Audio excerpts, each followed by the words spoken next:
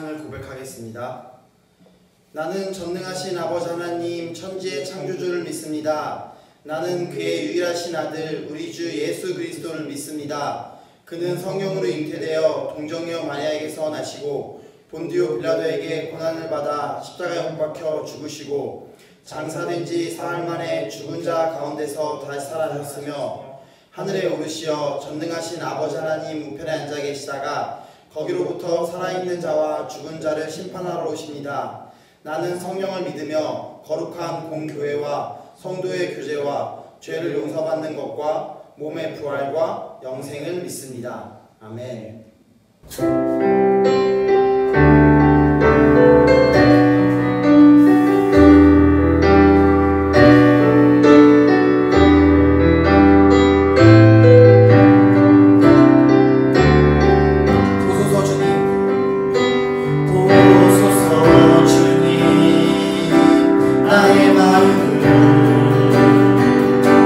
선한 것 하나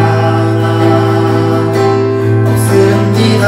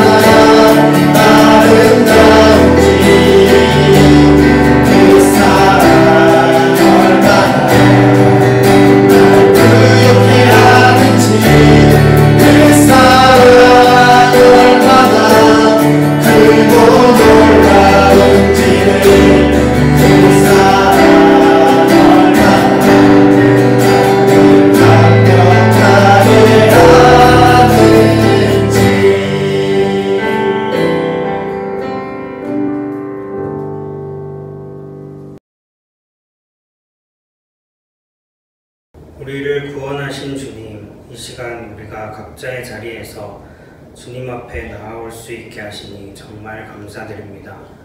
오늘 여기 중등부실에서 예배를 드리지 못한 것이 어느덧 4달이 되어가고 있습니다. 잠잠해질 것만 같던 바이러스는 아직도 잠잠해질 기미가 없고, 우리 중등부 학생들은 개학을 맞이했지만 여전히 상황이 좋지 않습니다. 주님, 부디 우리를 불쌍히 여기셔서, 그리고 고통받는 이 세상을 불쌍히 여기셔서 세상이 다시 질병으로부터 자유롭게 되게 하시고 우리가 속히 다시 모여 함께 예배할 수 있도록 도와주셔서, 또 우리 모두 흩어져 있는 지금 우리 자신을 한 번씩 돌아봅니다. 우리가 비록 한 자리에 모이지 못할지라도 우리가 있는 바로 이 자리에서 주님을 생각하고 주님의 말씀을 듣고 그에 따라 실천하며 살아가게 하소서. 그런 세상의 빛과 소금으로서 세상에서 하나님의 빛을 비추고 하나님 나라의 맛을 내는 우리 중등부가 되길 원합니다. 이 시간 예배의 자리에 불러주신 주님의 귀한 자녀들인 우리 학생들, 선생님들 모두가 잠시 모든 짐을 내려놓고 당신의 말씀을 들을 수 있게 하시고 이 부족한 종의 입을 사용하셔서 우리를 향한 하나님의 뜻을 알 수 있게 허락하여 주시옵소서. 감사드리며 이 모든 말씀 우리 주 예수 그리스도 이름으로 기도드렸습니다. 아멘.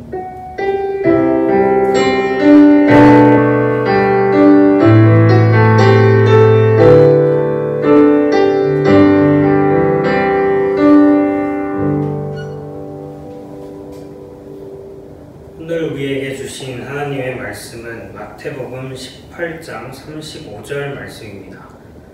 제가 대표로 봉독하겠습니다. 너희가 각각 마음으로부터 형제를 용서하지 아니하면 나의 하늘 아버지께서도 너희에게 이와 같이 하시리라. 아멘. 우리가 매주 보는 주기도문에는 이런 구절이 있습니다. 우리가 우리에게 잘못한 사람을 용서하여 준 것 같이 우리 죄를 용서하여 주시고, 우리가 주기도문을 하도 많이 고백하고 듣다 보니까 이 내용이 크게 문제가 없는 것처럼 느껴집니다. 그런데 순서를 한번 생각해 볼까요? 우리가 우리에게 잘못한 사람을 용서하여 준 것 같이가 먼저 있고, 그 다음에 그것처럼 하나님이 우리 죄도 용서해 달라고 기도하고 있어요. 그럼 이 구절만 본다면 우리의 용서가 하나님의 용서보다 순서상으로 앞서고 있는 거죠. 그러면 우리에게 한 가지 의문이 듭니다. 그렇다면 우리가 잘못한 사람을 용서하지 않으면 하나님이 우리를 용서하지 않으실 것인가? 라고 말이죠. 이 의문을 예상이라도 하신 듯이 예수님이 주기도문을 끝낸 후에 이런 말을 덧붙이십니다. 마태복음 6장 14절에서 15절인데요. 너희가 사람의 잘못을 용서하면 너희 하늘아버지께서도 너희 잘못을 용서하시려니와 너희가 사람의 잘못을 용서하지 아니하면 너희 아버지께서도 너희 잘못을 용서하지 아니하시리라. 그런데 잘 생각해보면 우리가 보통 이 순서를 반대로 알고 있습니다. 우리의 용서보다 하나님의 용서가 먼저라고 알고 있다는 거죠. 엄밀하게는 이 말도 틀린 건 아닌데요. 하지만 그렇다고 하면 이제는 거꾸로 주기도문이 틀렸나라는 의문이 들죠. 그럼 뭐가 맞는 걸까요? 제가 아까 읽은 마태복음 6장의 말씀은 오늘 말씀인 18장 35절 말씀과 상당히 유사해요. 그래서 비슷한 문제를 다루고 있다고 할 수 있는데 이번에는 예수님이 비유를 통해서 이 문제에 대해 답을 하십니다. 이 비유는 베드로의 질문에 대한 예수님의 대답인데요. 베드로의 질문은 이랬습니다. 주님, 형제가 제게 죄를 범하면 몇 번이나 용서해 줄까요? 7번까지 하면 될까요? 그랬더니 예수님이 7번 정도가 아니라 7번을 70번까지도 해주어라 라고 하십니다. 그리고 이어서 천국, 그러니까 하나님 나라에 대한 비유를 말씀해 주시죠. 이 비유는 우리가 아주 잘 알고 있는 비유 중 하나예요. 일단 주요 인물은 3명이 있는데요. 일단 임금 혹은 주인이라고 표현되는 사람이 있고, 그 다음에 이 사람이 큰 빚을 지고 있는 종 한 사람이 또 있고, 이 종에게 또 약간의 빚을 지고 있는 동료 한 명 있습니다. 그래서 어느 날은 이 주인이 자기 종들을 모아서 결산을 합니다. 결산이라 하면 일정 기간 동안의 수입이나 지출 같은 걸 따져서 계산하는 걸 말하는데요. 이렇게 주인이 수입 지출 같은 걸 따져보다 보니까 한 종이 자기에게 아주 큰 빚을 지고도 갚지 않고 있는 걸 발견합니다. 그 액수는 10,000달란트라고 하는데요. 오늘날로 치면 수십억 정도로 환산할 수 있다고 해요. 쉽게 말하면 평생을 일해도 갚을 수 없을 만한 정도의 액수를 빚을 진 거죠. 액수가 하도 크다 보니까 당연히 이 종에게 갚을 능력이 없습니다.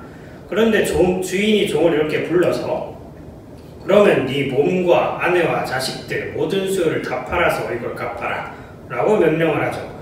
이거는 뭐 꼭 그렇게 하라라는 명령일 수도 있지만 의미상으로는 그렇게까지 해도 갚을 수 없을 만한 정도의 빚이다라는 걸 보여주는 명령이에요.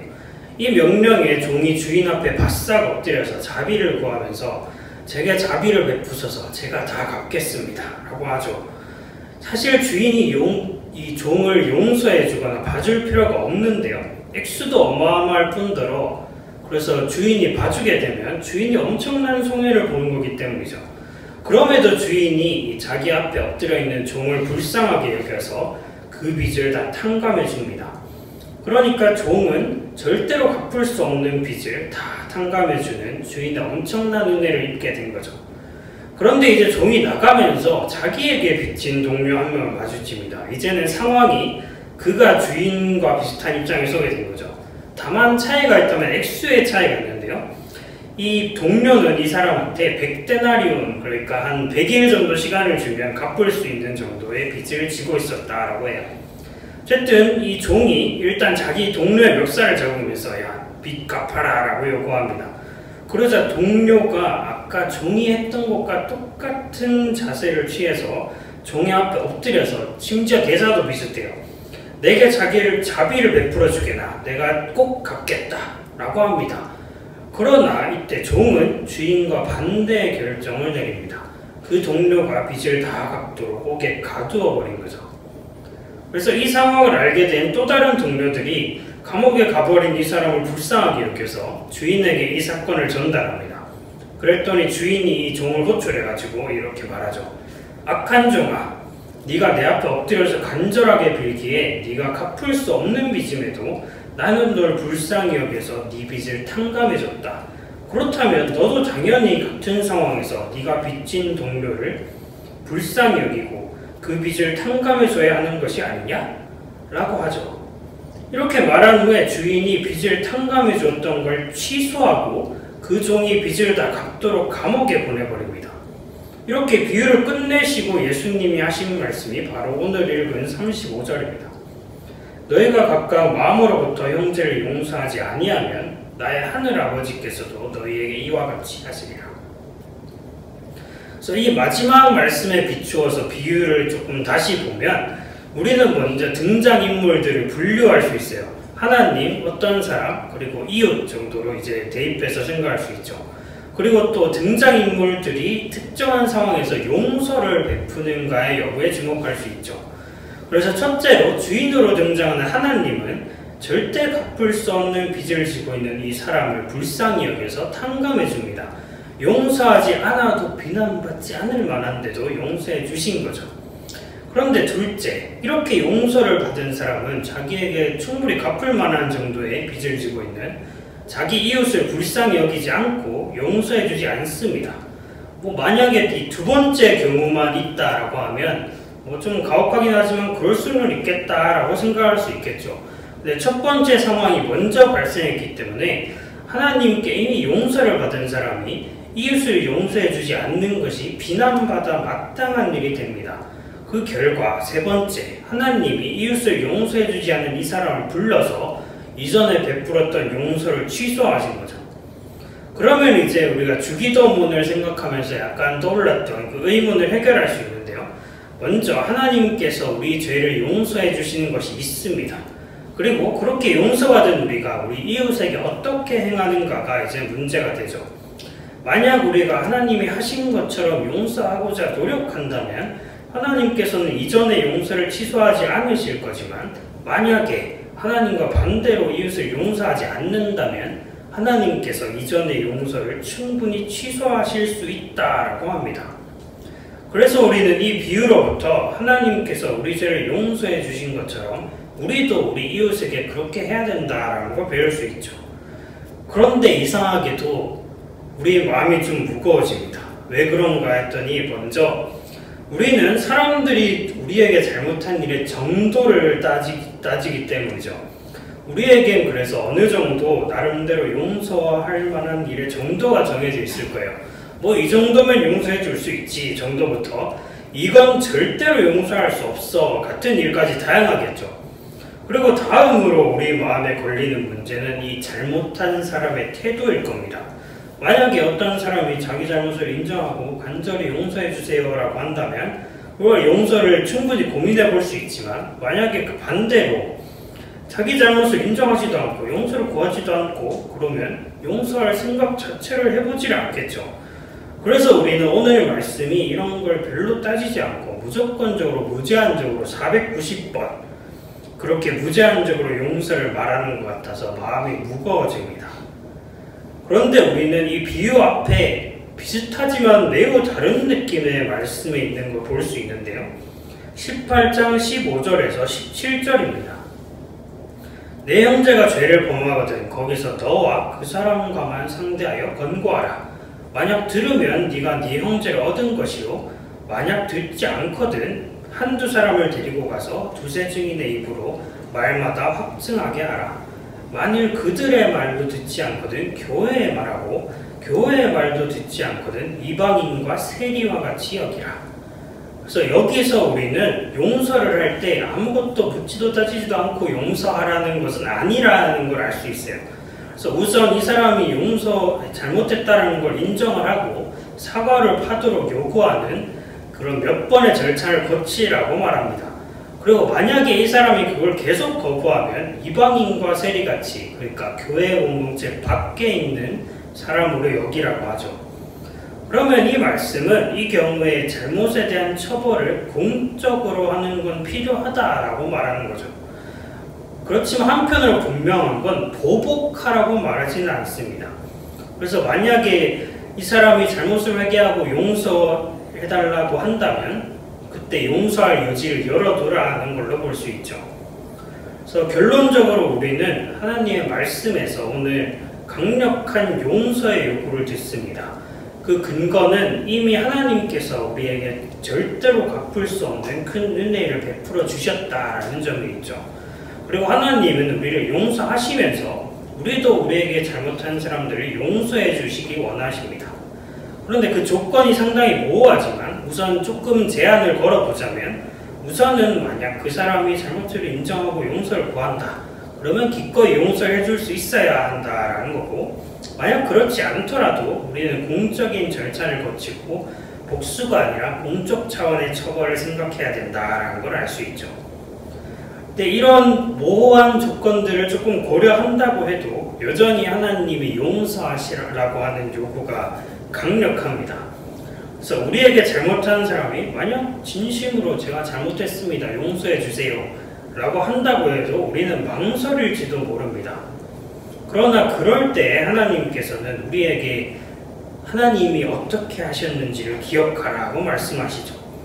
하나님이 도저히 갚을 수 없는 은혜를 베푸신 건 어쩌면 그 사람이 그 잘못을 인정하지 않더라도, 용서를 구하지 않더라도 우리가 먼저 용서를 베풀어서 그 사람에게 하나님의 은혜를 경험하게 하라는 부탁일지도 모릅니다.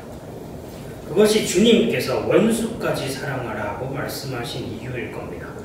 혹시 이 말씀을 듣고 여러분에게 떠오르는 사람이 있다면 그 사람을 두고, 그리고 우리 자신을 두고 기도합시다. 주님께서는 아까 말씀을 마치신 후에 이렇게 덧붙이셨습니다.